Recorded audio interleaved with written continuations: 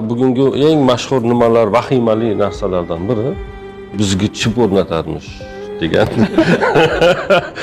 vahimalar bor-da. Sizlar kulyapsizlar, ammo yig'laydigan holat bu. Bizga nega chip o'rnatsin? Ya'ni nega chip o'rnatsin bizga? Bizni Uyg'ur musulmonlarining dardi og'rityaptimi? Yo musulmonlar, Afrikadagi musulmonlarning dardi bilan dardlanuvmidik? Ichimizda og'rib kechalari uxlamay chiqyapmizmi? İçimizde bir shijoatmi borki, bizga chip o'rnatsin-da, bizni kontrol qilsin. Kechasi bilan uxlayotgan bo'lsak, o'zimizga qiziq bo'lmasak. To'g'rimi? O'zimizni xurragimizdan o'zimiz uyg'onayotgan bir odamlar bo'lsak, masalan, bizga nega chip o'rnatsin? Bu birinchi taraf. Ikkinchi tarafi, a'zolarimiz bizga qarshi guvohlik beradimi? Ularga demak chip o'rnatilgan. Tillarimizga chiplar bor, ko'zlarimizda, qo'llarimizda chiplar bor.